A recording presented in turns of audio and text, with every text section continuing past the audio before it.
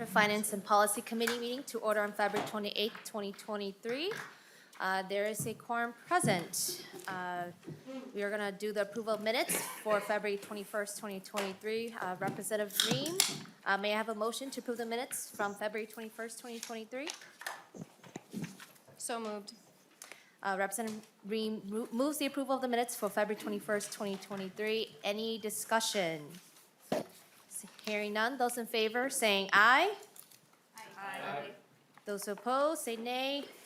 The motion prevails and the minutes for February 21st, 2023 are approved. Our first bill for today is Representative Klevorn, House File 1492. Thank you for being here. Members, I see that we have snacks in committee today, and just a disclaimer that they do contain nuts if there's anyone with nut allergies.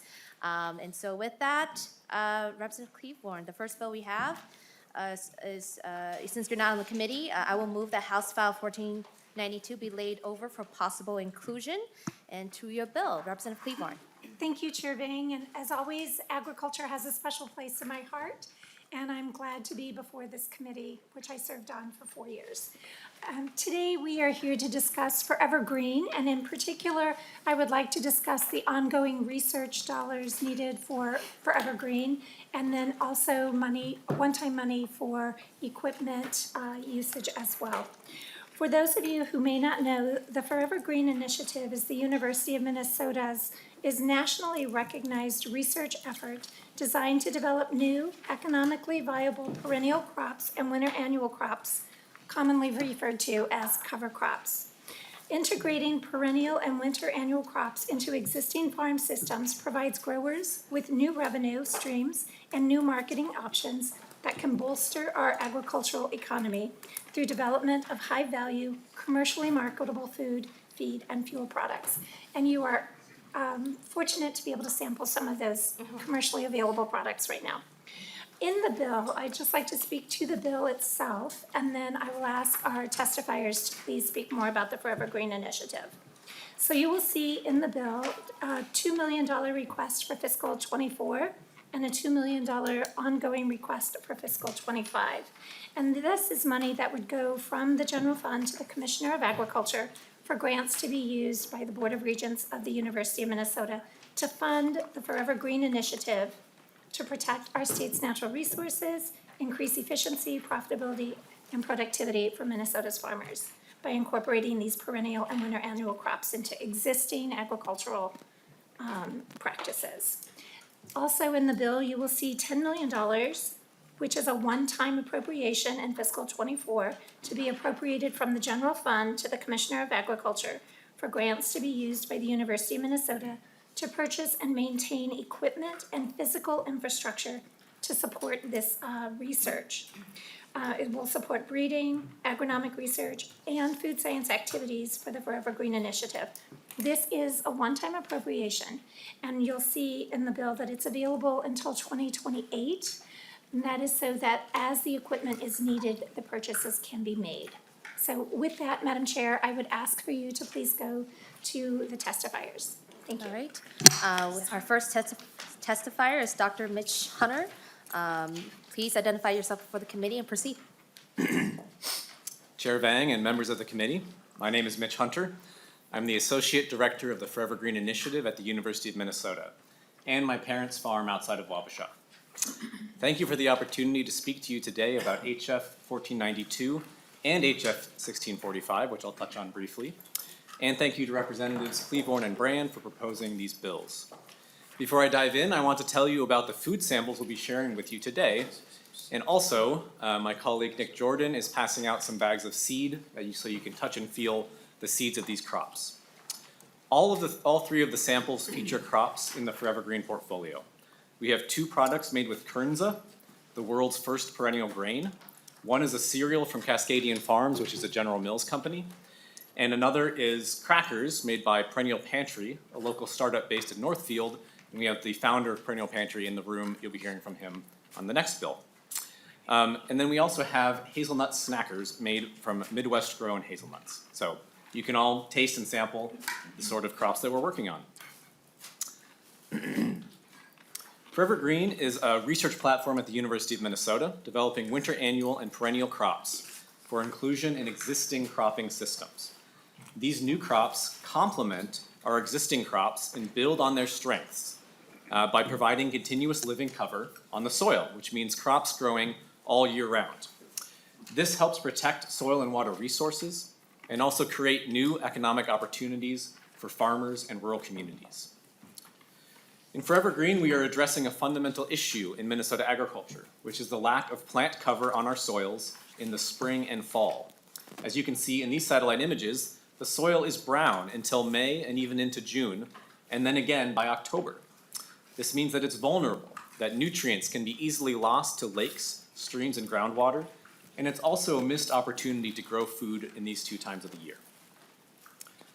Forever Green crops fill in this brown period and turn it green. As you can see here on the top, the difference between a fall-tilled field in the fall and a Kernza field when a whole inch of rain falls. Soil moves or soil is held in place. On the bottom, you can see the difference between a typical tilled field getting ready for summer crops and a field of winter camelina where it's already completely covering the soil with green plants in April. So the benefits of this are clear for soil health and soil carbon and for water quality. Now, Kernza and winter camelina are just two of our crops. We are working on over 15 crops and associated cropping systems, and all are designed to keep the soil covered all year round.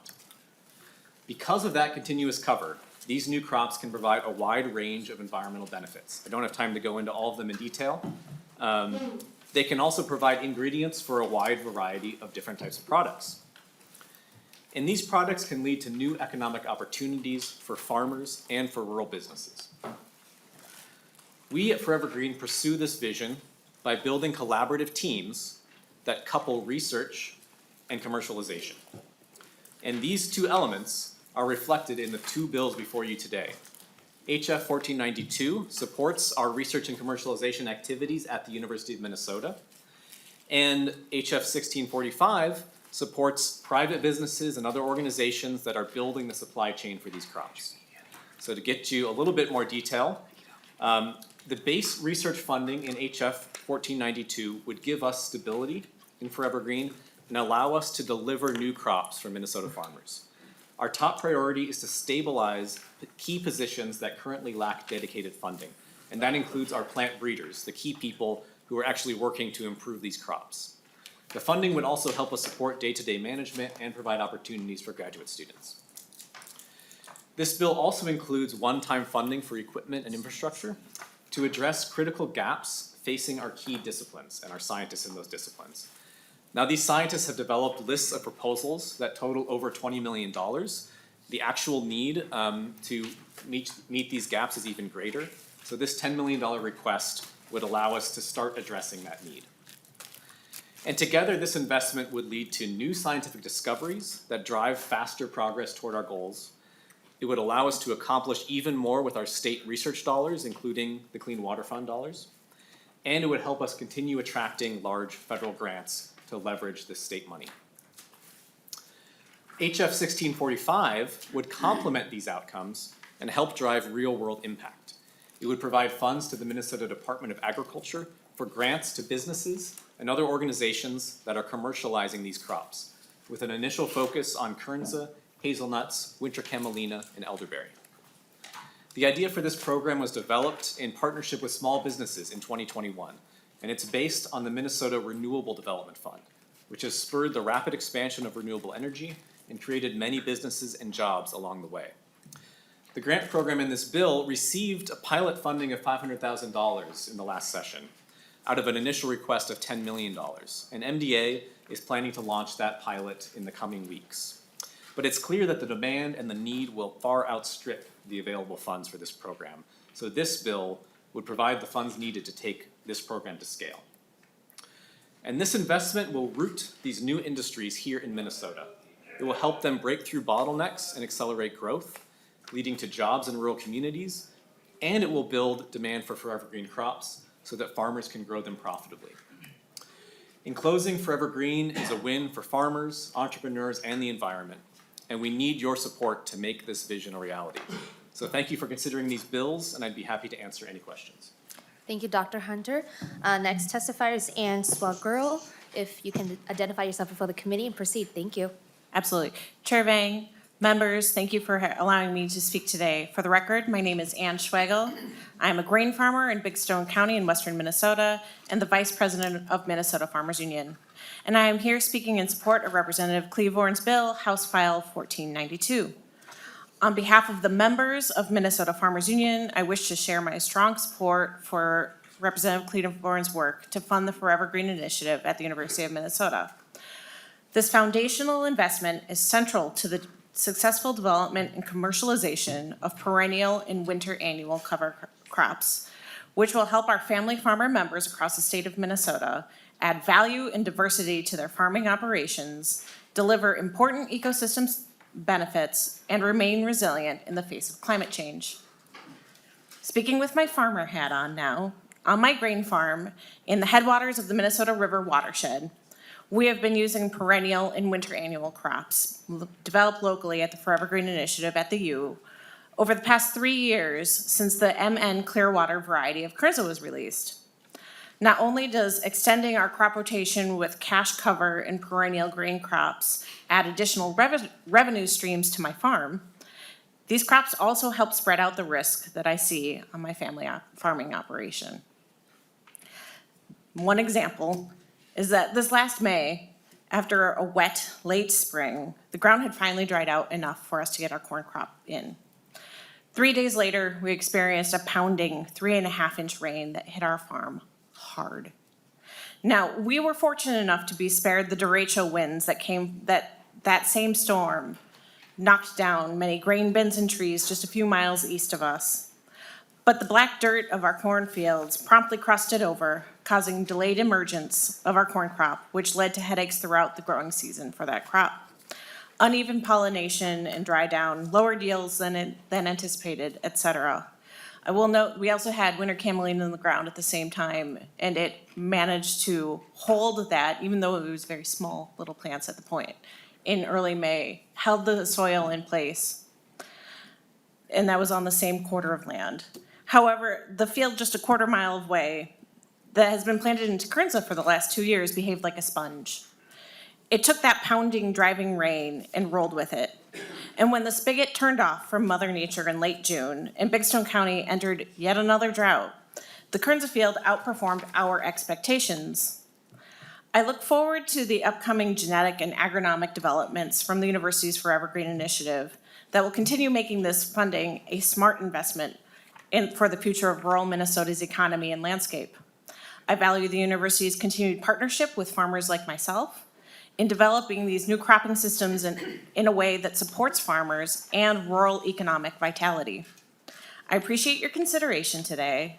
I want to thank Representative Klevorn for her ongoing leadership on this bill, and would be happy to stand for any questions. Thank you. Thank you. And then our next one is Alexandra Griffin.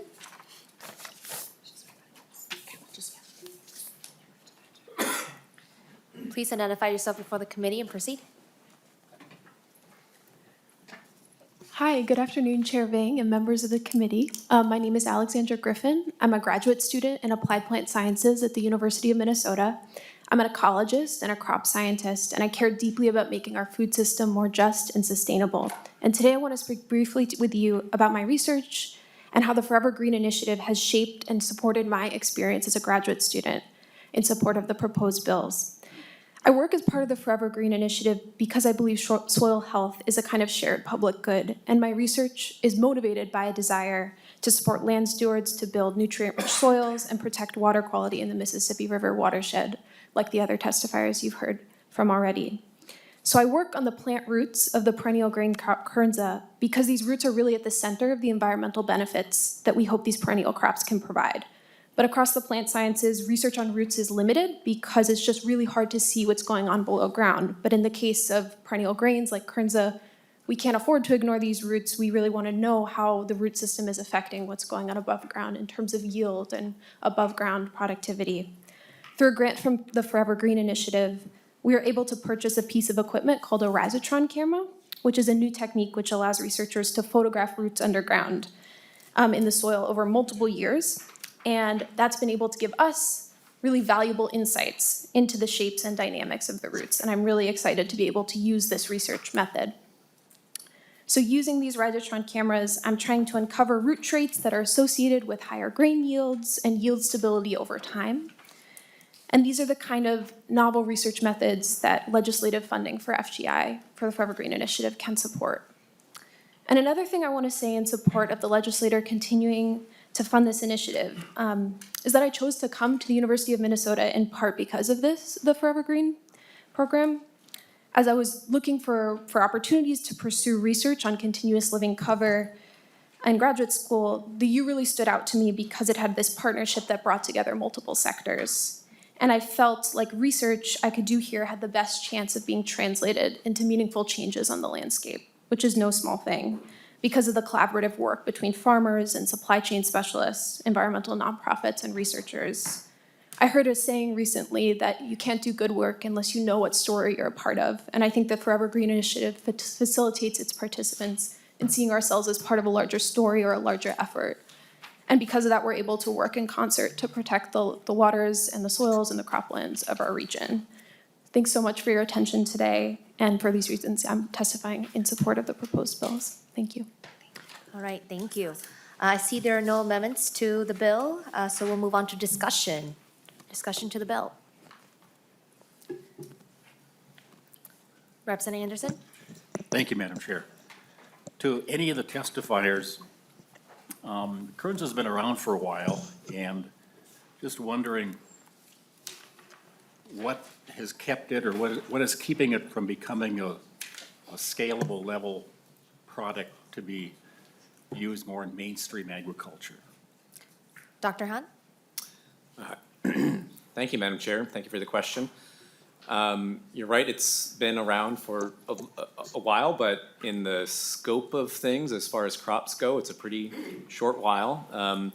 I believe that, the first commercial planting was around 10 or 12 years ago, and that's really quite a short amount of time for a crop to develop as compared to, let's say, wheat, which has been, developed by farmers for at least 10,000 years. So we're really just on the cusp still. And even in that short time, even since we released our very first variety in 2019, 2020, we have seen rapid growth of acreage. So, the number of farmers and the number of acres has increased by large percentage amounts each year until now.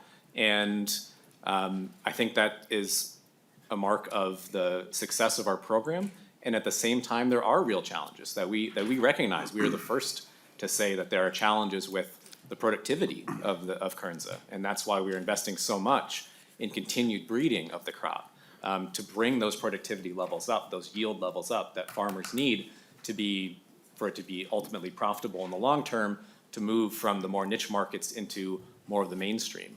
And there are challenges like that along the chain, which is why we are organized in such a comprehensive way.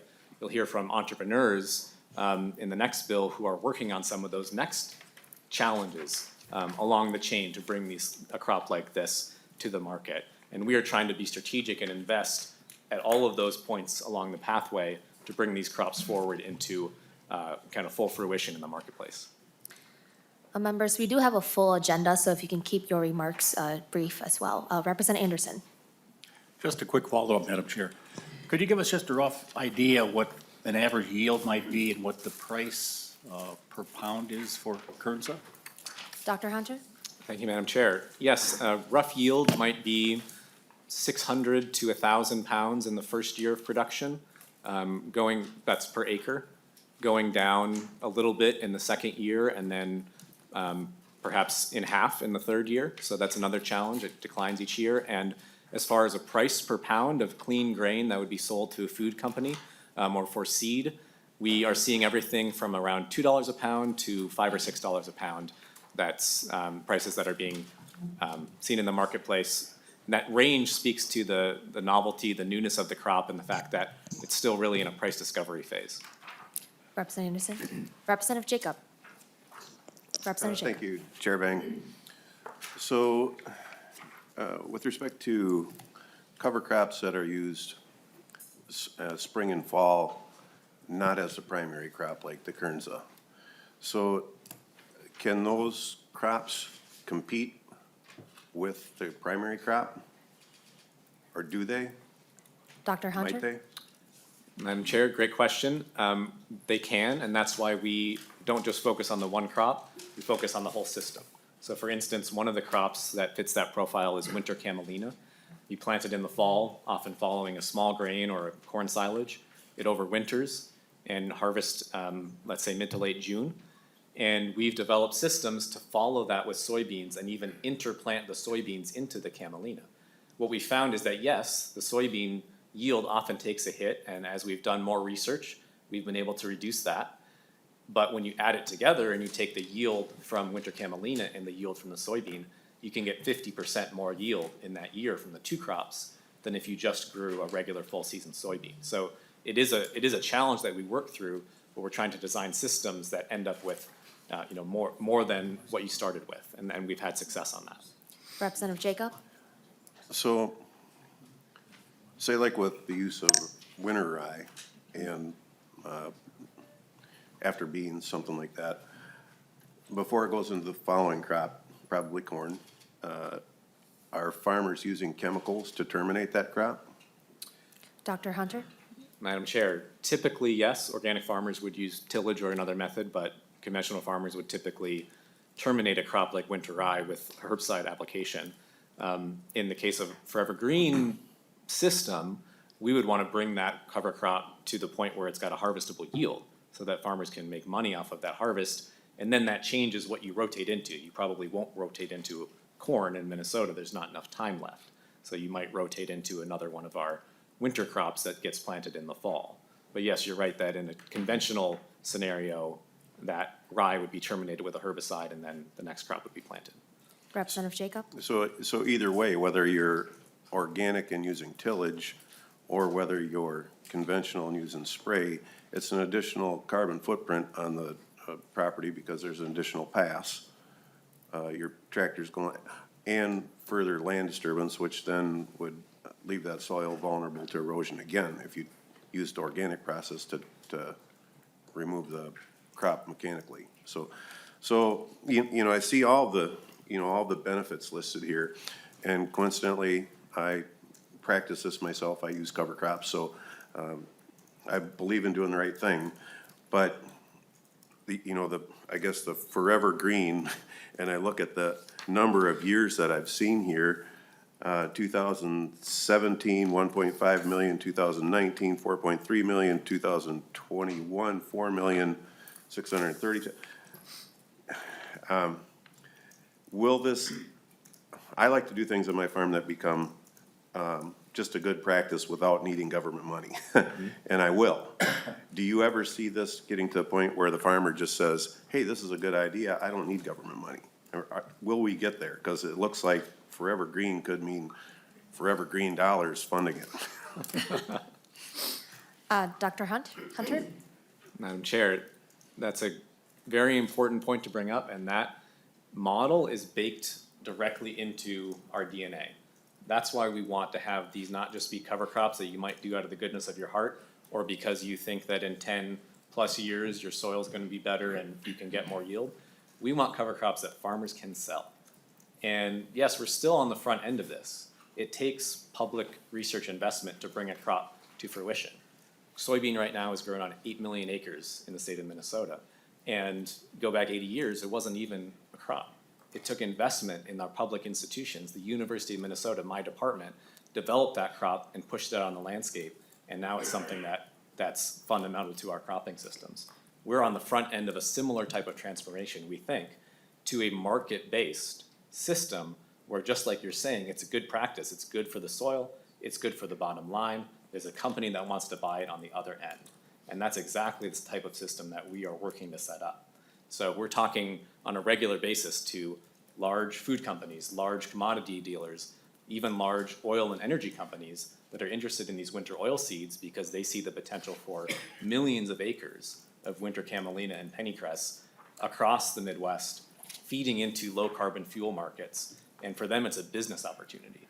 And so that means that there's gotta be a profit motive for the farmer as well. That profit motive, that economic pull is essential to why we're pursuing these for-profit cover crops and not just a traditional model of cover cropping, which is also good, but it's harder to ingrain that and make it just an essential part of a farmer's system when it doesn't pay back to the bottom line. All right. Closing remarks, Representative Klevorn. Thank you, Madam Chair and committee, and I appreciate the opportunity to be with you today. And I want to say to everyone that we understand that there is nothing more precious to a farmer than good soil health and taking good care of their natural resources.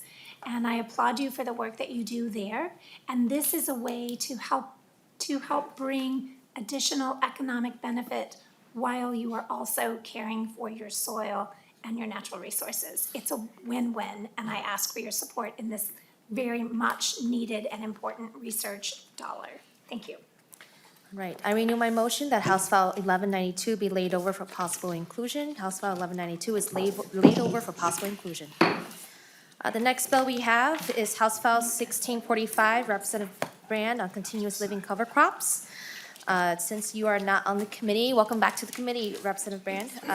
I will move that House File 1645 be laid over for possible inclusion. And whenever you're ready, Representative Brand, to your bill. Thank you, Madam Chair, members of the committee. It is great to be back in the Ag Committee. I am happy and pleased to introduce House File 1645 today. It's a continuous living cover crop value chain development grants. And so this bill would provide $1 million worth of grants in base funding and a one-time appropriation of $10 million to the Department of Agriculture to provide grants to Minnesota businesses that are developing the supply chain for the bill that we had just talked about, for the Forever Green, for the perennial and winter annual crops. And this builds on a pilot program that was first funded last session and for which the Minnesota Department of Agriculture is seeking proposals actually within the next month here. It's no coincidence that we're talking about these two bills together. Especially with Representative Klevorn's bill to fund Forever Green. But I want to note that this program is solely limited for Forever Green crops. And so it could support grassland-based livestock, agroforestry, and a number of other systems that also meet the criteria in addition to the Forever Green suite of different products. And so this would provide continuous living cover. These bills are complementary, as I had mentioned. House File 1492 funds crop research and development, and while my bill invests in businesses that are putting these crops to use, especially in the marketplace. We can't just invest in science because without businesses, there's really nowhere for these crops to go. We can't just do that. And so, I think it's important that these crops and cropping systems still need to be optimized and to reach their environmental, nutritional, and yield potential. We need to do both. Representative Klevorn mentioned that the broad base of support for this work. I will draw you to a couple of documents you'll find in your packet. One is the CLC Value Chain Development Fund Economic Justification and Impact Statement. Please take a look at that. You might have some additional questions that might be answered on that, or also that might come out of it. And then also there is another, there is another one here. This is the Minnesota House Agriculture Support Value Chain Businesses. On the back, you'll see a whole host of organizations that also support this as well from across the entire state of Minnesota. Without further ado, what I will do now is turn it over to my testifiers. All right, thank you. Thank you for being here today. If you can limit your testimony to under 2 minutes, that'll be great. Our first one is Christopher Abbott. If you can identify yourself and proceed. Thank you, Chair Vang, and members of the committee for the opportunity to testify in support of House File 1645. My name is Christopher Abbott, and I'm the founder of Perennial Pantry, a Kernza processor and food company in Burnsville. We buy Kernza directly from farmers and turn it into grain, flour, crackers, pasta, and other products. My business strongly supports this legislation. As you heard in the previous testimony from Forever Green, the state of Minnesota has a compelling public interest in diversifying our agricultural landscape by advancing continuous living cover crops. To sustainably scale these efforts, we need to find ways to accomplish this that make money rather than cost money over the long term, which is why a market-based approach is so important. However, we need help kickstarting the flywheel. It takes time and investment to grow new markets from the ground up. Most of this investment will come from the private sector, but this bill would greatly help accelerate new industries through entrepreneurial businesses like mine. The state and Forever Green have worked in unison on the continuous living cover flywheel, and bringing entrepreneurship under the umbrella of state support is the key to building momentum until a point of breakthrough. Farmers will have companies to sell to, consumers will have products to buy, and the state's early investment will grow the tax base, create jobs, and continue Minnesota's position as a global leader in agriculture. Last session, the House Climate Caucus recommended $20 million for this program, and this committee supported the first iteration of this bill, ultimately resulting in a $500,000 appropriation for a pilot effort. The MDA has been working with stakeholders to design that pilot program and expects to begin soliciting grant applications in March. My company purchases grain grown by the city of Edgerton in southwestern Minnesota, where their city water nitrate levels have been reduced by 40% in the last 2 years because of kernza planted around their wellheads. With this investment, we can scale up our systems and bring the water benefits of kernza to more rural communities. We need bigger seed cleaners and more efficient cracker production to create sustained market pull that can bring kernza to life. Thank you for the opportunity to testify in support of this important legislation. I'm happy to answer any questions. Thank you. Next is Wilbur De La Rosa. If you can identify yourself before the committee and proceed. Hello, good afternoon. Thank you, Chair Bang and members of the committee. My name is Wilbur De La Rosa. I am an immigrant. I am an entrepreneur and a farmer in Byron, Minnesota.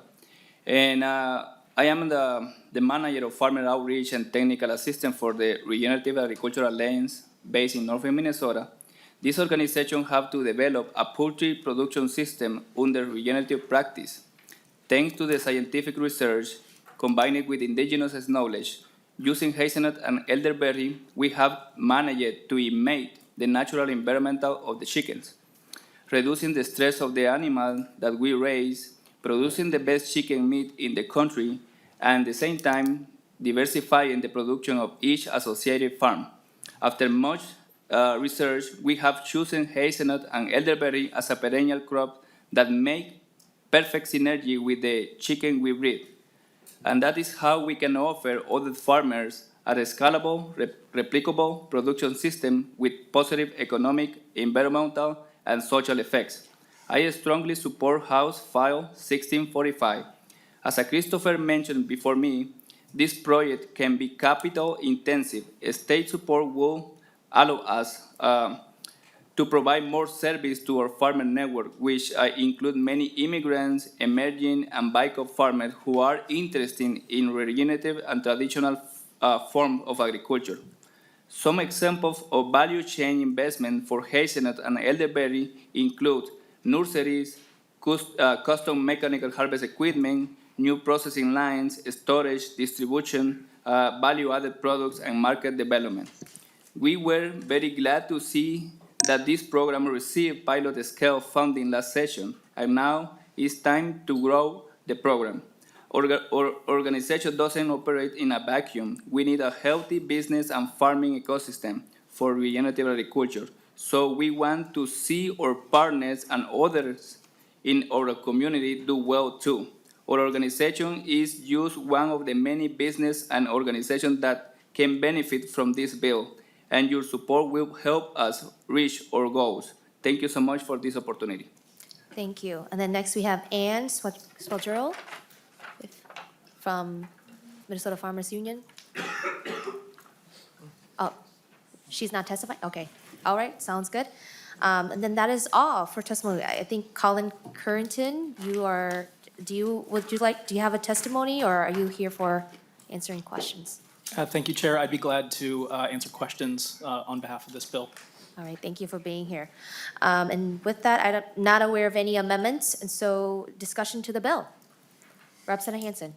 Thank you, Madam Chair. And Representative Brand, we've had this session a lot of presentations and audits on grants management. And I'm just checking this notes on line 1.7 for grants to organizations. So I'm assuming those are nonprofits, not for-profit. Representative Brand. Molly, can I get a copy? 1 second, which line are you talking about? Line 1.7. Okay.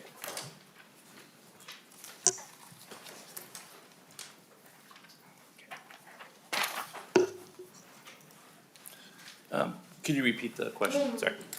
Representative Hanson. Thank you, Madam Chair. Look on lines 1.7, for grants to organizations. So I'm assuming those are nonprofits, not for-profit, is that correct? Representative Brand. My understanding that these would be for a combination of both, for profits and nonprofits. Representative Hanson. Thank you, Madam Chair. That might need some adjusting in language then if it's organizations. And then would these grants fall under the same requirements for grants management that, say, deed grants and other grants are? That's the transparency, who they go to, all of those things. Representative Brand. Thank you, Madam Chair. Representative Hanson, absolutely, the Department of Agriculture will be monitoring the grants and the grant process. And actually, the grant process for this year is still in development, and so, absolutely, I would want to ensure that that's the case. Representative Hanson. Okay. Representative Anderson. Thank you, Madam Chair. Along those same lines, Representative Brand, most appropriations have administrative set-aside for the department to administer these grants. In your bill, I don't see any of that.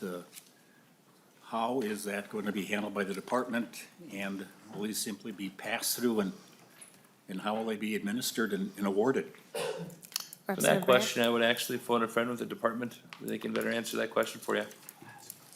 Do we have someone from the department? I'm sorry. Oh, Colin, let's give Colin the guy right next to me. Maybe right. he's got an answer. Director Collin. Thank you, Madam. And Representative, first, just to introduce myself, my name is Colin Curitan. I work as the Director of Adoption and Scaling for the commercialization team of the Forever Green Initiative. And I can speak to how that is structured in the pilot program that MDA will be releasing in the next few weeks. I believe about 10% of that funding, of that $500,000, was reserved for administration of the program that will be launched in the coming weeks. I think they reserve between $50,000 and $60,000, and the remaining about $440,000 will be available for grants in the pilot program. So I could expect a similar structure in an expanded program. Representative Anderson. Thank you, Madam Chair. Well, it doesn't say that in the bill, and this money is going to the Department of Agriculture, but you're saying it's going to go eventually to Forever Green, is that correct? Director Collin. Thank you, Madam and Representative. This bill very intentionally does not go to Forever Green researchers or the University of Minnesota. It is a program that would allocate resources to the Department of Agriculture to administer on behalf of the state and its interests in farmers, rural communities in the state of Minnesota directly to these organizations, both for-profit and nonprofit, very intentionally not routing these funds through the university and directing them to the Department of Agriculture to structure and administer the grant program. Representative Anderson. Again, to the testifier, what are the guardrails here? There's nothing in the bill language that talks about how they're going to be administered, and who is going to be doing it. So just concerned that, we don't have the Wild West here with folks coming in to apply for these grants. And that's a lot of money, $10 million for. I don't imagine there are a lot of processors in Minnesota right now that will be able to handle some of these crops. So we're talking of a few organizations that will have access to $10 million in grants. I guess I would feel more comfortable if there were more guardrails around the actual administration of the program. Would you like to respond, Representative Brand? Yeah, absolutely willing to work with you. Let's get that done. I mean, that's fine with me. I'm happy to adjust the bill however we need to make you feel comfortable with the legislation that we can get these grants out there and invest in the economy in Minnesota. Representative Jacob. Well, thank you, Chair Vang. So the term kickstart was used. So what I'm wondering is there like a foreseeable end to this program where it's accomplished what it needs to accomplish? Or are we investing in like building a government bureaucracy that will carry on forever? And if there is an end to it, when would you see the program accomplishing what we intended to accomplish? Representative Brand. To start the conversation, and then I'll kick it over to Colin, I think it's important for me to address this as first. I would say that, we make a lot of investments to the state, and sometimes these investments are used as leverage in the private market, in the private sector to get more money and to get more, bang for that buck. We do the same thing with cities and counties when we talk about matching dollars and matching and that sort of thing. What I would say is that eventually this gets to a point, I envision this gets to a point where the market is, taking care of itself, where there are actual people that have infrastructure in place, where they actually have the physical power in place to do these types of things, just the same with Forever Green and that whole initiative. Now, Forever Green's got a suite of different, agricultural crops that they're working on. Some are more easily deliverable, some require more research, but they're working on these in a very scientific and very thoughtful way to produce what I would consider to be the crops of the future, at least in some way or fashion.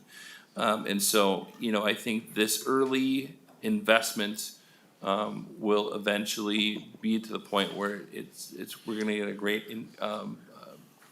great product out of it. I don't anticipate coming back in future legislatures, I don't think in 10, 20 years, we're still gonna be talking about this. I think that these things are gonna be on the ground, that they're gonna be doing what they're supposed to be doing, and that we're going to have another tool in the toolbox for our agricultural economy here in Minnesota. And then Colin, if you wanna. Representative Jacob? Yeah, so you said 10 to 20 years, so how long do you see, when do you project it would be self-sustainable?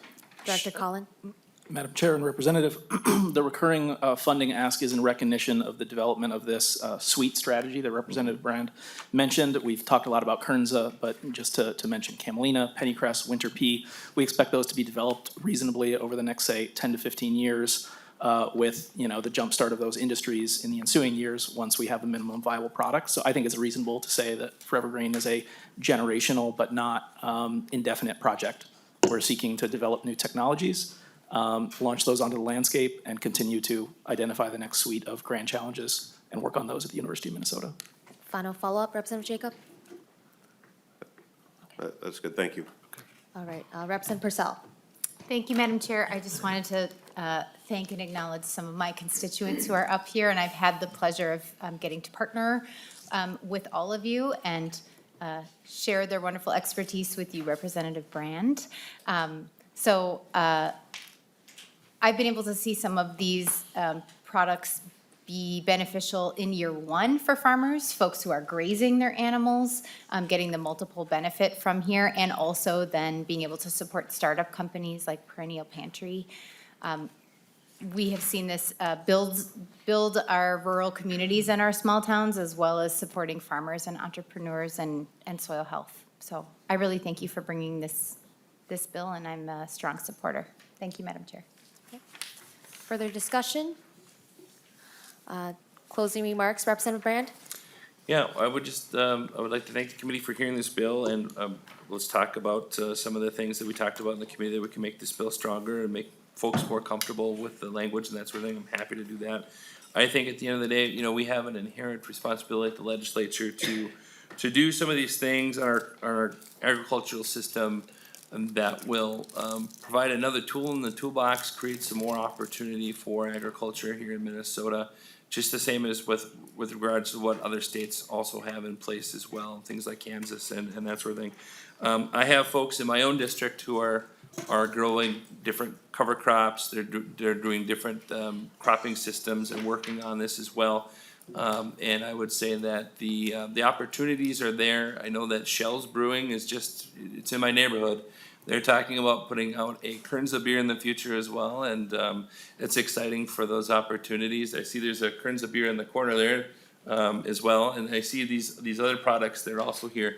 One interesting fact that I remembered from a couple of years back was we get a variety, we get the most of our elderberry from Europe.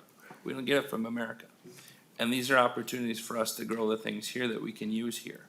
And so, as we look at this as an opportunity, I know that there is a cost associated with that, but I do know that there is a benefit as well. And so I look forward to continuing to have future conversations with you all.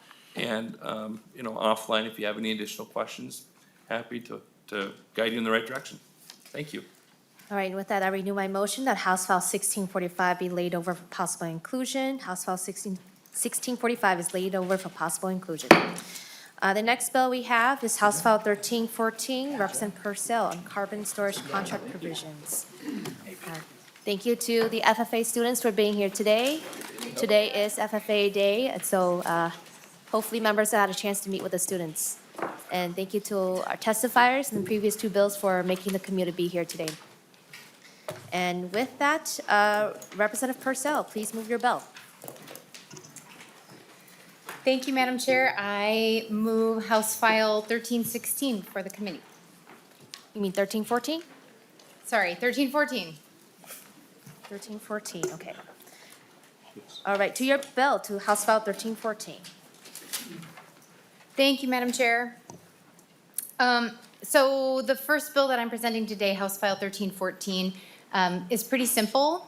It prevents carbon market contracts from including a confidentiality clause that would limit farmers' ability to show their contracts or discuss them with others. This mirrors longstanding law barring confidentiality clauses in ag production. Most carbon storage contracts we're seeing come to farmers in Minnesota do actually have these clauses as part of the agreements, and it's currently a gray area. And so this legislation is just to clear that up. All right. We have testifiers today, so welcome to the committee. First one is TJ Cortez. From Saddlebutt. Not me. Okay. What about Pat Luneman? Yes. Please identify yourself before the committee and proceed. Pat Luneman, dairy farmer from Todd County. Chair Vang and members of the committee, it's a pleasure to be here today in support of House File 1314 by Representative Pursell. You had in your information packets the Farmer's Guide to Carbon Market Contracts. I had the privilege last year of serving. That guide was a collaboration of the Minnesota Department of Ag, Minnesota Farmers Union, and the Farmers Legal Action Group. I, as well as a few other people, served in an advisory role as that guide was put together. What I learned in putting together that guide is that the practices of entities seeking carbon credits from farmers through binding contracts is an environment without much structure, rules, or guidelines. The Farmer's Guide refers to this as the wild, wild west of contracts, and that was just mentioned here previously by Representative Anderson. So these contracts really are a wild, wild west. Many of our farmers are at a severe disadvantage to the buyers who are negotiating these contracts because those buyers are negotiating contracts every day. A good first step to level the playing field is to strike confidentiality provisions in the contracts as House File 1314 states. This would be a good first step in providing transparency to move the market towards fair values between buyer and seller. We as farmers are willing to play a role in solving climate change. We just ask for an honest, transparent, and level playing field. I ask for adoption of House File 1314 to move closer to that goal. Thank you. All right, thank you.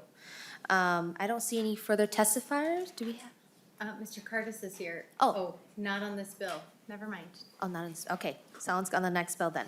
All right, are there any further testimony?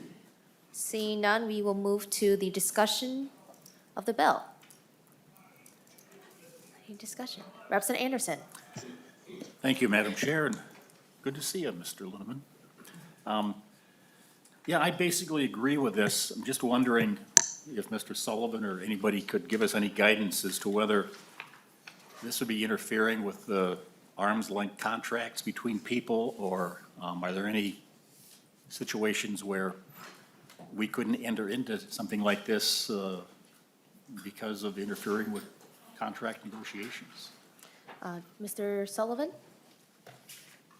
Madam Chair and Representative Anderson, not that comes to mind offhand. The way the bill is drafted, it applies only to contracts that are entered into, renewed, or amended after July 1st of this year. So it wouldn't affect existing contracts that have already been negotiated and are in place.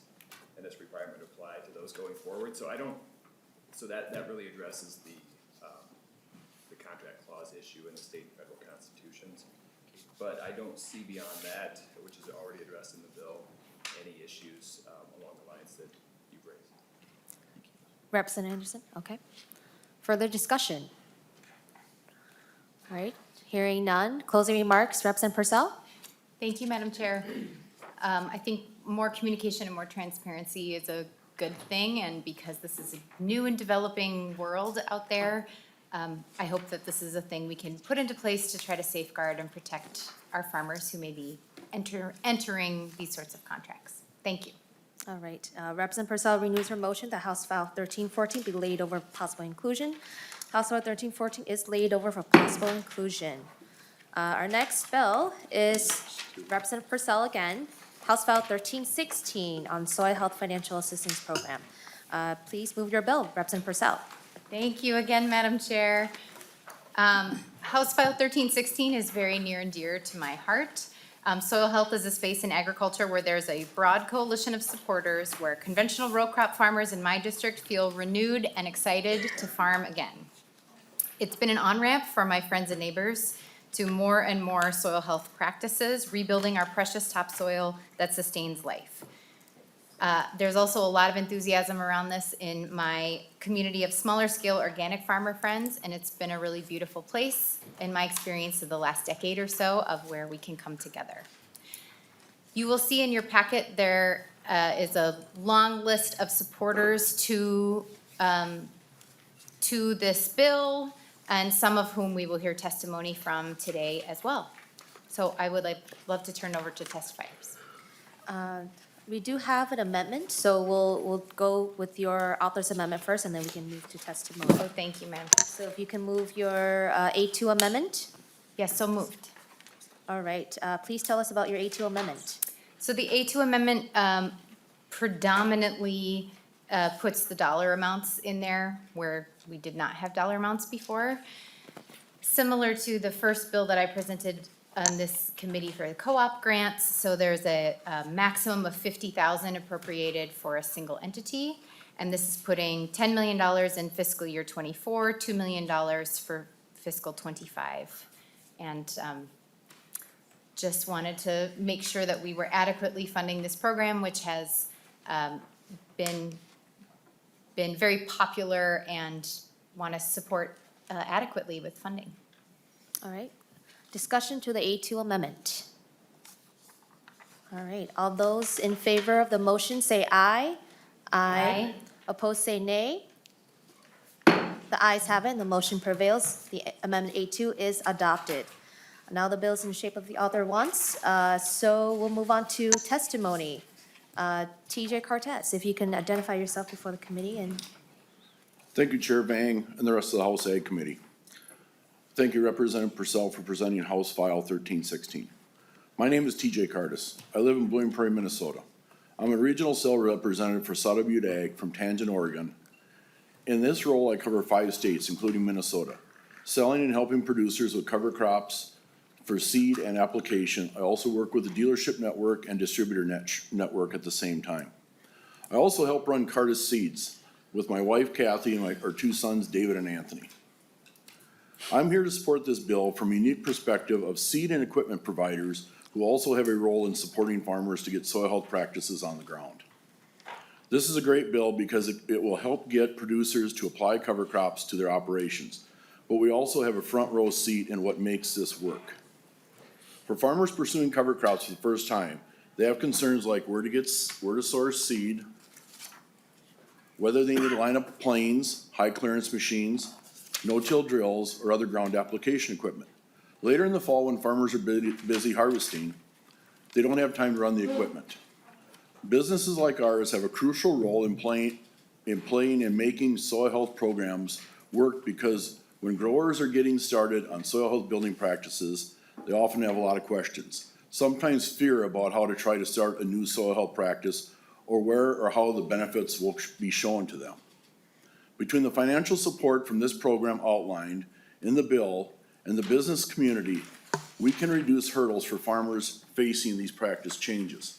For example, in our shop in Blooming Prairie, We line up cover crop seed, we warehouse the seed, we mix, we possibly deliver it to the farm. We also help walk farmers through the government contracts to make sure they get them done correctly. We also do the application work if need be. Other growers will apply it themselves. If they do, we supply them the seed. This bill proposed invests will provide needed support for producers to have financial resources to make this leap.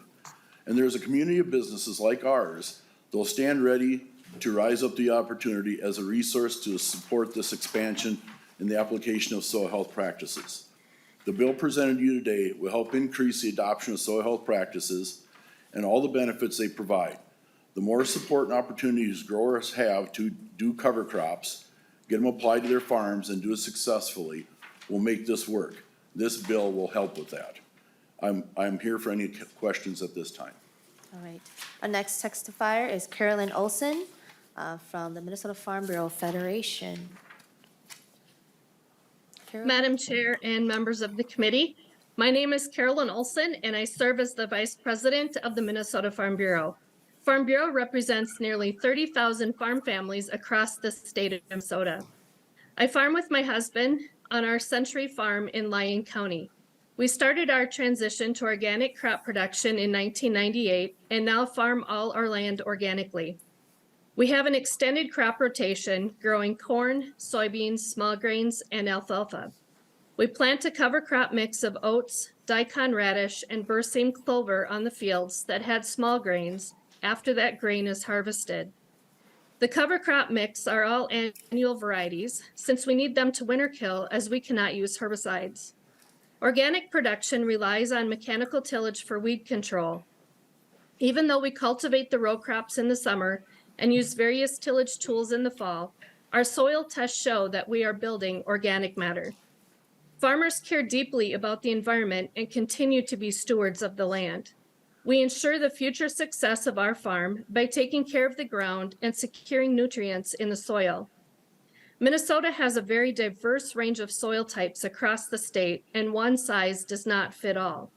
Representative Pursell's bill allows for a wide variety of practices that provide farmers the possibility to make active decisions about what will work best on their farm, depending on where they live. These grants will actively put conservation practices on the ground through a wide variety of eligible expenses that are often too big of a barrier for farmers to overcome on their own, especially as they are taking risks to be leaders amongst their peers. There is a liability you take as a farmer when first implementing soil health practices, and if you don't implement the practices just right, you risk a major financial hit. This bill helps to mitigate some of those risks among farmers who are looking to be a progressive leader. Minnesota Farm Bureau supports voluntary, market-based approaches to soil health and to environmental practices. By providing a grant program with broad reach, we can continue to help farmers do what is best on their land and remove some of the prohibitive financial barriers that they face as they look for innovations to improve soil health. We care deeply about the environment, and we ask for your support on this program. Thank you, Representative Pursell, for bringing this bill forward, and I stand for any questions. All right, thank you, Carolyn. The next one is Pat Luneman. If you can identify yourself before the committee again. Patrick Luneman, a dairy farmer from Todd County. Thank you, Chair Vang and members of the committee. It's again a privilege to talk on this bill. I ask for support for House File 1316, authored by Representative Pursell, which is the Soil Health Financial Assistance Program. As one of two farmers on the Governor's Climate Change Advisory Council, I can tell you that this bill fits the vision of the climate change framework released in September. Improved soil health equals carbon capture equals a climate win. In the conversation with climate experts and farmer leaders across Minnesota, the Advisory Council process determined that there was a vast need for modern equipment, technology, and things as simple as cover crop seed. We had long discussions about where's the seed going to come from. We really did. And then how are you going to get it all planted on time? So if farmers are to be successful in enhancing soil health, they need the tools available to perform their tasks well and on time. I appreciate that House File 1316 is broad and does not just focus on cover crops. There's a lot more to solving better soil health than just cover crops.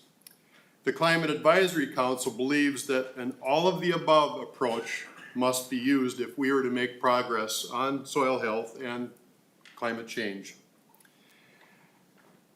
The funding in the bill as proposed is to work through the Minnesota Department of Agriculture, and I believe that's the correct route, but the money should eventually end up, as is in the bill, in our local government agencies.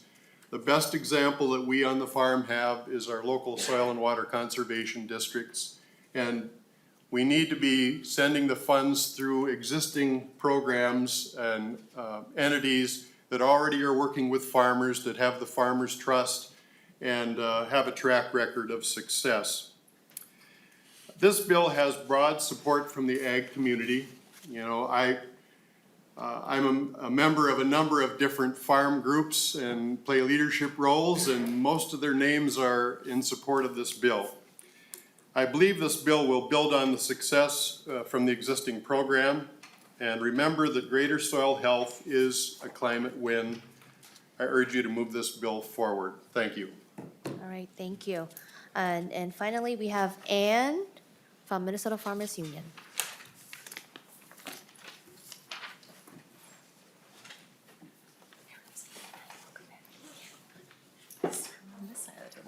This time on this side of the table. Thank you, Chair Vane, and members of the committee. Again, for the record, my name is Ann Schweigel, and I'm a farmer in Big Stone County. I also have the honor to serve as the Vice President of Minnesota Farmers Union, and I'm proud to share our strong support for this proposal. We're proud to have worked with a broad coalition of farm groups to establish the pilot Representative Pursell's bill builds on, some of whom we've already heard from here today.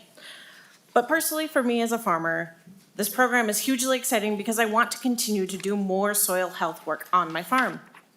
However, the initial cost of adoption is such that it's extremely hard for us to implement new practices. Take cover crops as an example. Because of the short growing season in western Minnesota, we have a very narrow window in order to get cover crops interseeded into our row crops. And that takes specialized equipment, which costs at a minimum 5 figures. And as with everything else, you can imagine that the price has gone up in the last few years.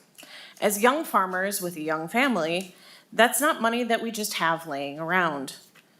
Long term, we think that we can make this practice work financially and practically on our farming operation.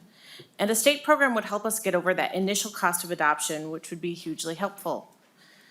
That's just one example from one farmer of how this program will help us continue to improve our soil health for generations to come. Thank you for the opportunity to testify and to Representative Pursell for her leadership in advance for your support. All right, thank you. Seeing no further testifiers, discussion to the bill. Representative Nelson. Thank you, Chair Vang, and Representative Pursell. Thank you for bringing this bill forward, and I do some cover crops on my farm as well, and Ms. Schweigel, you've touched on a lot of subjects that are important. We have a short growing season in Minnesota. There's a lot of challenges with that, and I think finding something that fits in our farms, is important. And when there's not extra funds, oftentimes, we work on very slim margins, and when we're trying to do the right thing, it can be easy to just do what we've always done because that's the way it's been done, and not try new things because there is a cost there. And I think that it's important to be able to have some funding mechanisms to be able to try some of these, and being able to go through the SWCD and others, really is important with that. And I had about 2 weeks ago, the Minnesota milk producers were down here, and there was one of them that I was visiting with that farms right in the corner of Wright County, Carver County, and Hennepin County. And last fall, he had gotten some, talked with his counties, SWCDs, on getting some cost share to be able to try some, implement some cover crop. And he found it interesting that that Wright County, they covered the highest percentage of it. Carver County, they were somewhere in the middle, and there was no programs available in Hennepin County. And he just found it was interesting that it's, somebody in agriculture, oftentimes we feel that we have a target on our back by some of our urban neighbors. And that somebody, here was Hennepin County had no cost share programs available for cover crops. And so it's more of a comment than a question, but, it's something that, I think that it's important to be statewide on this and probably for, the seed guy, I'm sorry, I forgot your name, but, do you use any drones or have you used any of that for, seeding in crop? TJ? Thank you, Madam Chair. Representative Nelson, yes, we actually have started a program now where we're working with a different mix to make it work from beans to corn. And that has been one of our stumbling stones in the ag industry is grass in front of our corn. That's always scared producers, and it should scare producers because it can get out of control and be a mess. So we've started a program with some drone companies to try to do some research, and we flew it actually on with a plane last year. So we did red clover, crimson clover, winter camelina, which was testified earlier about I use it as a cover crop seed, but there is an oil market for it, and a kale product. We put a little bit of oats with it to bulk it up so the plane could fly it on. But that's a mix of 10 pounds, and with the drone applications, that's something that could work. So we have a pilot project by Medford, Minnesota, we have 160 acres. We have a pilot project down in Iowa. So if that works, we're gonna try to do a field day this spring, look at it, have the guys strip till into it and see if we can make that work. But I really think in the beans, that is something that we're gonna be able to make work, is a mix of that type of product. Cause it's a high seed count, low application rate, and we still get a terrific cover crop out of it. So I think that's where drones, if you're just flying cereal rye, the drones are really ineffective because there's just not enough volume. I mean, planes, that's where the planes work. You fly a lot of volume with cereal rye. But with this going from beans to corn, I think that's one that we can really promote, and it's gonna give us our soil health benefits that we're really looking for in front of a corn crop. Representative Nelson? Madam Chair? Oh, Representative Pursell? Thank you. I wanted to just respond to Representative Nelson's comment. So we farmed right on the border of two counties as well, Dakota and Rice County, and working in the watershed where we had 6 different SWCDs who were our closest partners. It varies widely. So I think that's one reason why this program, I'm hopeful that going through MDA, that there might be a more thorough approach to that. But as you were talking, Mr. Cardes and I were just like, oh yeah, we hear this all the time. Like this is a regular occurrence that the political boundaries can get in the way sometimes of the levels of support for growers who want to do the right thing. And so I'm hopeful that this could alleviate some of that. Thank you, Madam Chair. Representative Nelson? All right, Representative Hansen? Thank you, Madam Chair. And Representative Pursell, I ask you the same question I asked Representative Brand. In terms of grants management, we've had all these audits on grants management, and would these grants fall under the same requirements as the other grants that we've been having? Representative Pursell? That's my understanding, but I'm also happy to phone a friend and ask the Department of Ag. They're here and they know about that. All right, I'd see someone coming to the testifying table. If you can identify yourself before Thanks, the committee and proceed. Hello, I'm Brad Jordahl Redlin. I'm a manager of the Soil Health Financial Assistance Program and the Minnesota Agricultural Certification Program at MDA. Short answer is, yeah, we will have, we already have set up the pilot effort in this as authorized during the last legislative session. We officially follow all the Office of Grants Management rules on that, and we'll certainly maintain that with this new source of funding. All right, Representative Hansen? And a follow-up, and maybe it's Mr. Redlin, but Representative Pursell. So for a burn down on a cover crop, use glyphosate, Roundup. Would this grant go toward, could it go towards buying a sprayer? Representative Pursell? Partial. Mr. Jordahl Redlin, perhaps? Please proceed. I can speak to the pilot program that we are operating currently. This is obviously separate legislation from our work, but the way it's structured right now is that the applicant has to provide a rationale for why they need a piece of equipment for soil health purposes. Folks working in soil health know there's a series of principles of soil health. So in an application process, they will identify the equipment rather than us making a limited, 5 items of equipment or something like that. We allow the applicants to say what their soil health need and goal is, and then why the particular equipment will help them achieve that goal. Representative Hansen? Thank you, Madam Chair. So theoretically, you could buy pesticide application equipment. Mr. It would be potentially possible, yes. Any further question? TJ, Could I comment on that, please? please proceed. So I have multiple dealers that actually have bought high rig sprayers, like you're talking about, and they spray in the spring with it. Then they change it over and use it as a cover crop applicator system in the fall, early fall. And that's the high clearance machines I talked about. So there is something that you're using one machine for 2 different things. So you're spraying in the spring, terminating the cover crop, which is part of it, and then use it in the fall to reseed your cover crop. So I really think in that way that might actually play into this bill if you looked at it where you're using it for 2 different roles on the operation. Okay. Representative Anderson? Thank you, Madam Chair. Representative Pursell, we'd heard the talk going around the Capitol that there may have been an additional amendment dealing with what we're talking about now, pesticide, fertilizer use, and some curtailment of those things. Your thoughts on that? And I think that puts up a red flag for a lot of farmers. And is that something that could possibly be added down the road? Representative Pursell? Thank you, Madam Chair and Lead Anderson. That is not in the proposal before us, so some conversations have been happening, and I'm open to conversations on that continuing, but for now, that is not part of my bill. Representative Anderson? Yeah, just a quick question. I think the limit on the grants in this program were to be $50,000. And to the Department of Ag, do you see this replacing the Ag BMP program? I mean, this is a grant, doesn't have to be repaid, Ag BMP loans do.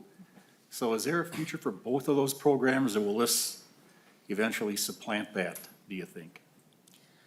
Representative Pursell? Go ahead. I guess my take, I'm not as familiar with the Ag BMP program, but I think to have lots of tools in the toolbox is great. But if Mr. Jordan Redland can speak further to that, I'm happy to have him go. Please proceed. Thank you, Chair, Representative. We actually believe that they will be paired potentially often, because it will be able to provide the down payment that the loan can then actually finance the rest of the purchase with for this various soil health equipment pieces. Okay. Representative Jacob? Thank you, Chair Bang.